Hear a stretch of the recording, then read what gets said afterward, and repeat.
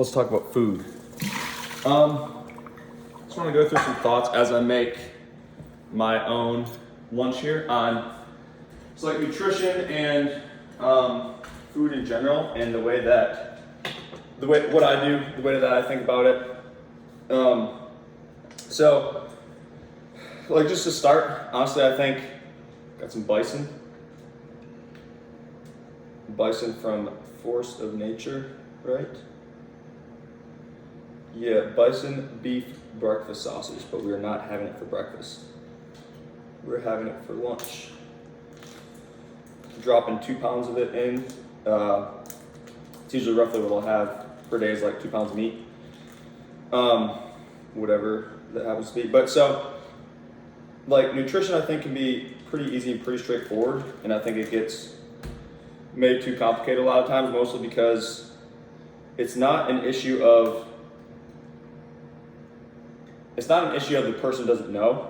I mean, sometimes it is, I guess. Sometimes there is some level of education that, like everything, there's some level of education where something is actually better than another thing. You're like, yeah, man, Qdoba and Chipotle are highly nutritious, and that's what you think. Okay, then there could be some education. Some education that maybe you don't have. And it's actually interesting because so when I was in college, we had myself and a couple other buddies would go to Qdoba anywhere from 2 to 4 times a week, probably, usually more like 4 times a week. And we would go there, and the manager got to know us and liked us, whatever. And so she would, every time that we went, we would basically get free food when she was there. We'd get free food, and if the food that was out there had been sitting there for a while, she'd go get fresh food and everything. I mean, it was great. Don't get me wrong. I'm very thankful for that, because in college, the do-re-mi wasn't super great. And so that was a way to get a lot of food with very little cost, obviously, because we were getting it for free. But anywho, if you're thinking Qdoba and Chipotle are nutritious, and when I eat these things, this is good for me, there's another level of depth that we can go into on that, where it's this isn't really where I was thinking of going today, but whatever. But understanding where the process that your food went through in order to get to the point that it's at now. And if you think about what is ideal, or what would be best environment for that thing, what you're consuming had a certain environment that thing was in as it was growing, just like we do, right? So think about it like this.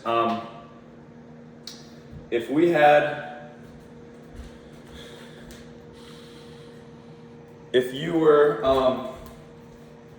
nice little sky, little blue sky through the window. If you were,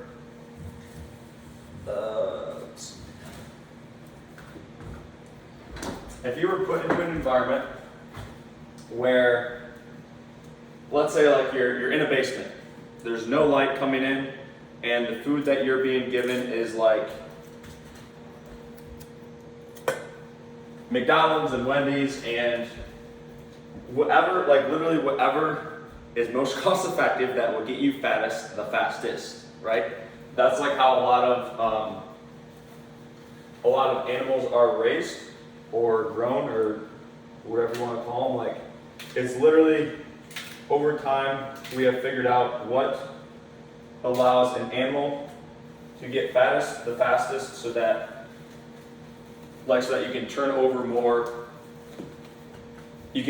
product more quickly, right? If you're talking about if you're a farmer and you're trying to make maximum profit. Now, not at all obviously I'm not against profit at all, but at the same time, understand that that's basically the environment that those animals are coming up in. Is you don't eat a pepper like an apple, you're not eating right.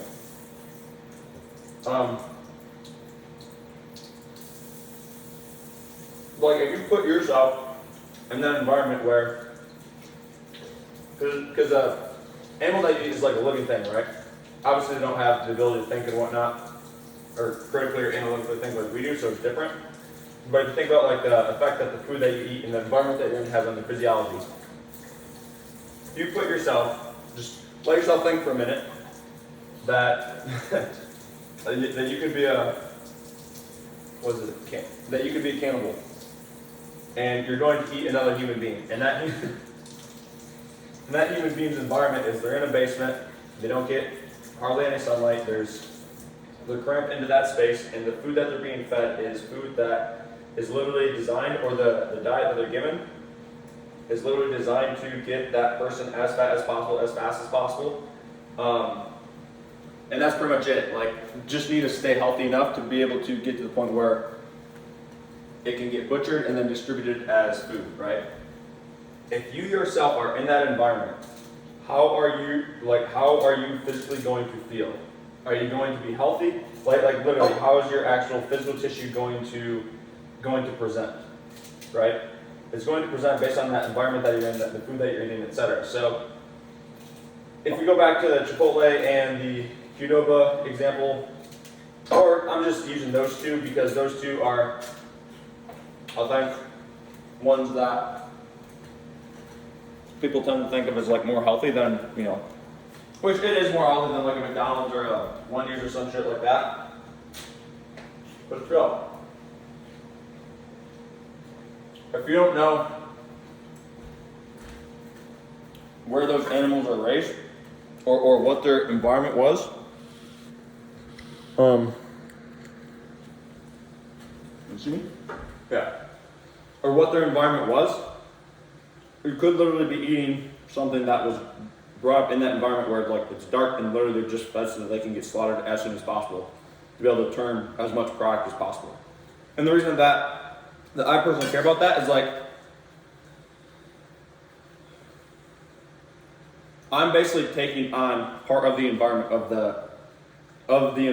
the thing that I'm eating, because I'm literally consuming the physical tissue of that thing. And so I'm getting the side effect of that thing's environment through their physical tissue that I'm consuming. So like a piece of meat, and this is, for me, this isn't like a save the animals thing or treat them well. Like obviously I think we want to treat them well and everything, but if I look at it purely as just what is the effect or impact that it's going to have on my body and on my personal health, the reason that I want to have food or consume animals or plants or whatever that come from an environment that is designed for them to be healthy, the reason that I want to do that isn't necessarily like for the animal, it's because I'm taking on that animal's environment. I'm taking on what the animal went through because I'm eating their physical tissue, right? Like you have to understand that you're literally eating the physical tissue of the thing that you're eating. And so there's no way that the environment that thing was in doesn't have an impact on you because you're eating that physical tissue, right? Like again, think about the condition that you would be in if you were put in an environment like that. And like, or just fatten up as fast as you can. So all that to be said is like, that is the reason that I personally want to know where it is that my food is coming from.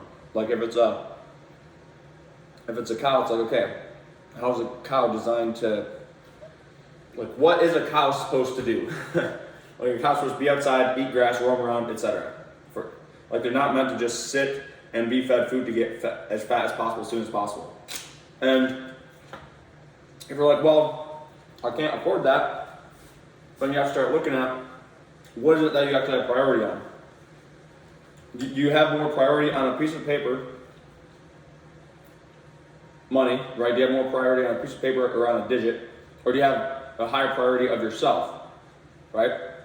That doesn't mean go spend money or digits or paper that you don't have, but what it means is like, okay, let's start to figure out what can I do to actually generate more paper, money, or digits, money? What can I do to generate more of that so that I can actually feed myself or fuel myself in the way that I want to? because I have a higher priority on myself than I do on this paper. And because of that, I know that I want to feed myself with what is best for myself, and so I'm going to go get more paper in order to be able to do that. Because, I mean, if you think about like the food system as a whole, that's part of the reason that it is the way it is because like, if the consumer, me, you, isn't willing to pay more for a higher quality product, then the person that's producing that product has less of a reason to produce a high quality product. So really it's on the consumer, it's on us to be able to be willing to look at and generate more income for ourselves so that we can then be able to pay for higher quality products if we want those to stay around, right? So it's like, it's starting to look at your own responsibility in this whole thing and like, how do I actually want all this to be? Do I want access to quality? Do I want access to quality food? And if the answer is yes, then I need to figure out how to be able to support those that are giving quality food, right? And again, also like kind of reframing that perspective of like, what do you put more priority on? Putting some money towards food to feed yourself in the way that you want to feed yourself to get it from an animal that has an environment that is like conducive for the animal, or you put more priority on being able to save a little money so that you can, I don't know, not have to work as hard and sit there and watch cartoons or something, right? That's what we got today.